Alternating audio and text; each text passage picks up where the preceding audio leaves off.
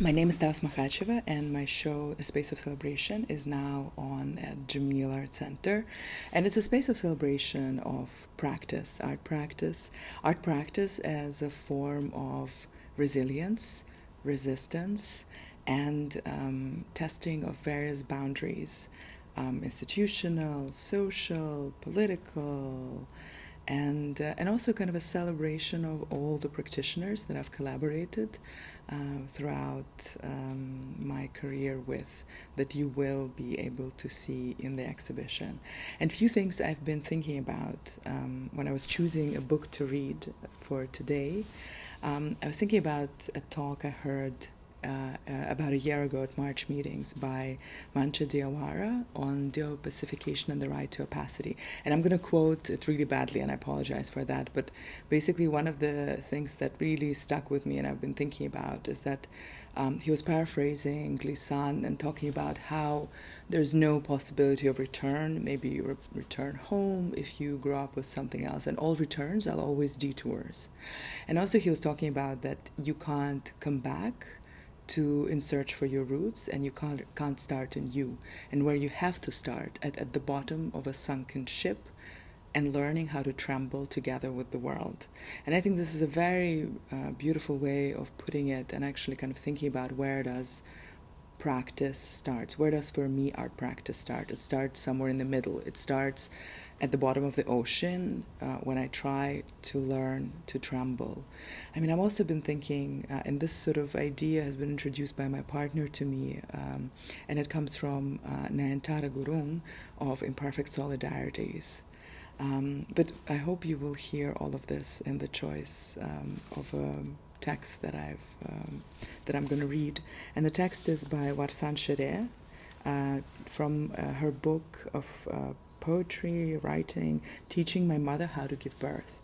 She's a British writer, poet, born to Somali parents in Kenya, and she very much works from like first-hand research and from the point of trying to tremble together with the world. And I'm going to read Conversations About Home at the Deportation Center. Well, I think home spat me out.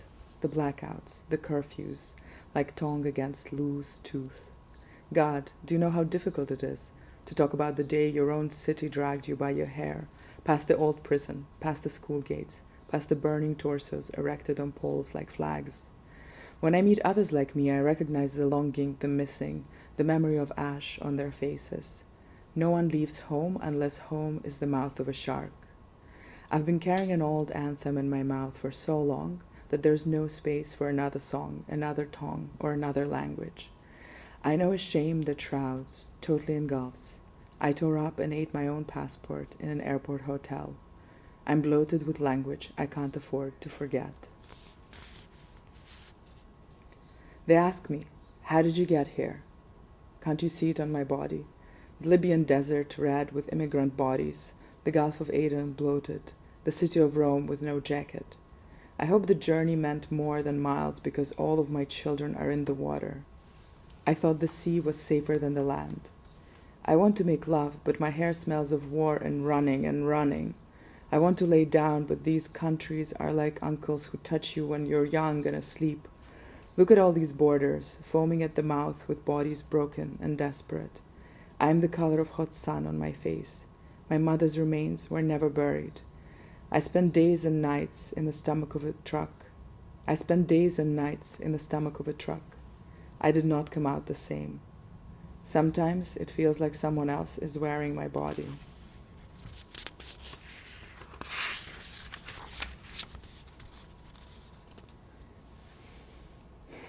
I know a few things to be true.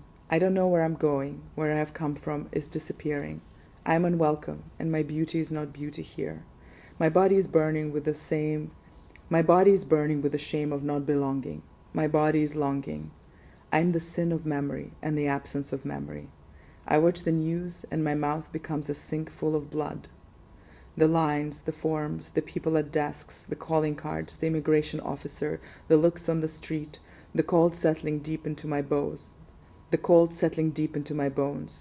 English classes at night, the distance I am from home, But alhamdulillah, all of this is better than the scent of a woman completely on fire, or a truckload of men who look like my father, pulling out my teeth and nails, or 14 men between my legs, or a gun, or a promise, or a lie, or his name, or his manhood in my mouth.